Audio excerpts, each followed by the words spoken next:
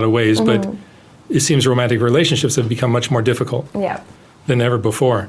There's pornography for men, which eliminates the man's need to ever develop courage, which takes a lot of courage to approach a beautiful woman. Sex toys for women, millions of possible partners on social media, and then one day probably AI sex dolls for people. It seems like all of these things are just destroying our happiness. Because I don't think anyone's happy watching porn all the time. I don't know if these women that are entertaining hundreds and thousands of men on social media are really getting anything, maybe just money. But we're all lonely and frustrated, I think. Absolutely. Are men struggling more or are women struggling more? I would say men are struggling a lot more.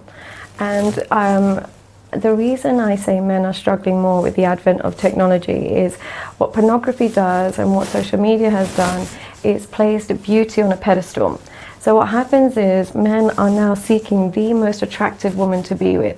That becomes their number one criteria. But I always say the number one determinant of how healthy your relationship will be is how attracted a woman is to you. As a man, if you bypass this very fundamental component, you will suffer in the forms of very abusive relationships. When you're a man who is dating a woman who's super attracted to